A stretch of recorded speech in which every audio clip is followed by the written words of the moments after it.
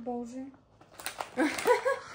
Каква е разликата между двете храни? Отворих я преди да съм погледнала отпред и бях много изненадана. Здравейте, добре дошли в дегустация този път. Не с Роко, а с Рая. Намерих едни интересни храни, които до сега не съм пробвала. Виждам, че са турски. Казва се Джънгъл. Храната и също така има за средни папагали, за корели, има за вълнисти папагали, два вида. Ще видим каква е разликата и за големи папагали. Надявам се Рая да е любопитна като Роко, но сега ще проверим в това видео, тъкмо да я видите, тъй като отдавна не сме я снимали. Започваме поредицата, очаквайте още много нови видеа от нас и очаквайте новите храни на папагая много скоро в сайта на Papagali.net. Първо ще изсипем за големи папагали храната, да видим как е. Принципно не очаквам кой знае какво качество, предвид ниската цена.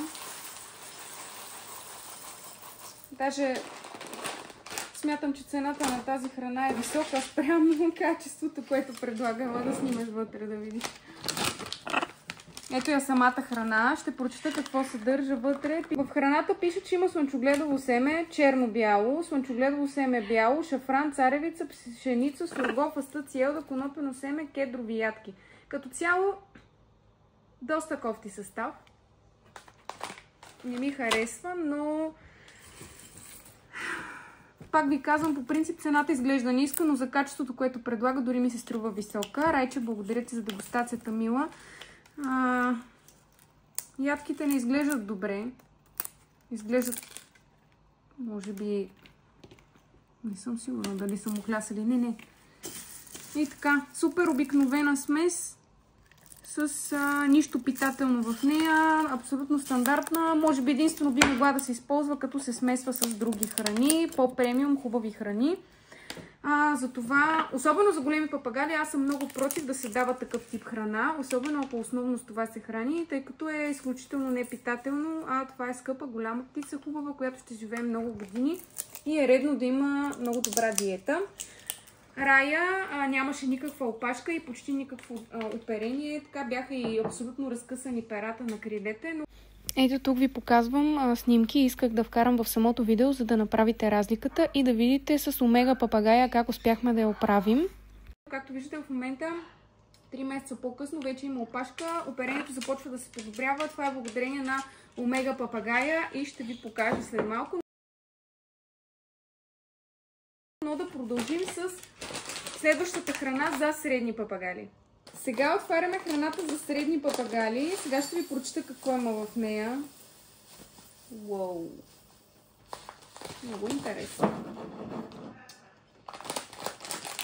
Пълноценна храна за средни папагали 500 грама. Състав: жълто просо, червено просо, канарено семе, царевица, слънчогледово семе, бяло просо. Като цяло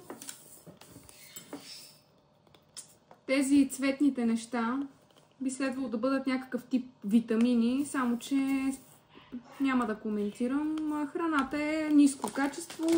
Царевицата не може да се яде. Тя е сурова и дори не е подходяща за средни папагали. Виждате, че и Рая не може да я счупи.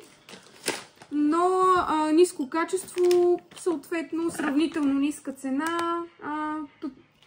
Нямам какво да кажа. Това е минимума, който може да давате на корела или на разделка. Не препоръчвам такъв тип храна да бъде давана на пирура, ратинга, монах и всички други папагали, които имат доста по-голяма нужда от питателна храна, но това също не бива да бъде основна храна за корела и така. Сега, много ми е интересно да видя каква е разликата между тези две храни. Боже. Каква е разликата между двете храни? Отворих я преди да съм погледнала отпред и бях много изненадана да извадя това. Аз не знам как това е позволено, защото в Агенция по храните, по принцип, поне в България, не е позволено да слагаш такъв тип неща вътре в самата храна, но няма да коментирам това. Ето, изсипваме едната храна, която е с синия етикет спрямо лилавия. От едната страна ще бъде едната, от другата другата. Така, жълто просо, бяло просо, червено просо, ленено семе, канарено семе, нигеровес. Това са абсолютно стандартни съставки. Ето, може да снимаш тук. От едната страна слагам, сипвам с синия етикет Сега ще сипя с лилавия, като в нея има жълто просо, бяло просо, червено просо, лемено семе, нигер овес. Абсолютно същото нещо пише, не мога да разбера каква е разликата аз. Изглежда абсолютно по същия начин. Обаче не са си описали всичко. Аз виждам шафранка тук. Никъде няма пише на етикета. Ето я. Много интересно. Да, няма го. Ленено семе. Добре.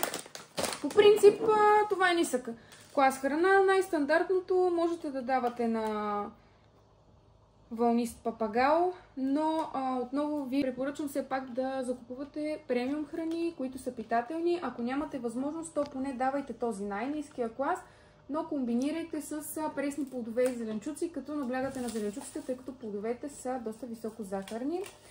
Това е интересна идея с този крекер. Рая много се забавлява. Това е минимума, който можете да дадете на вашия папагао и изобщо от този клас храни, нисък клас храни.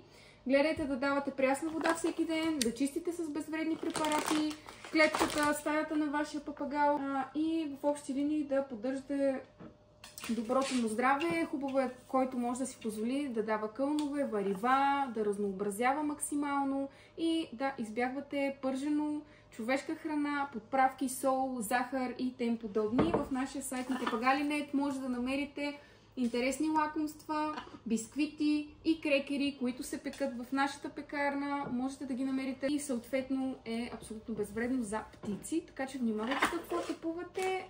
И другото, което желая да отворя и последното нещо от този бранд е крекер, който предполагам изглежда по този начин. Да. Харесвам и структурата между другото на крекерите. Доста е здрава. Добре е съхранена.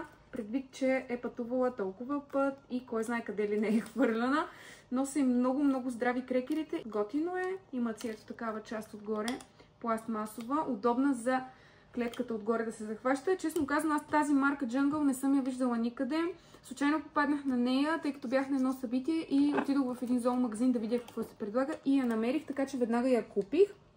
Интересното е, че тук е с черно, тук е с бяло, но иначе разлика като цяло в самия крекер няма.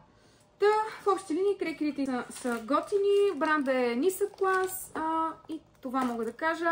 И отново да напомня, че много скоро ще снимаме интересни видеа, които ще бъдат свързани с европейски изложения и събития, в които ще видите най-различни птици, така че очаквайте ни. Благодаря, че гледахте видеото. Надявам се да ви е било интересно да видите Рая. Целувки от нас. Чао!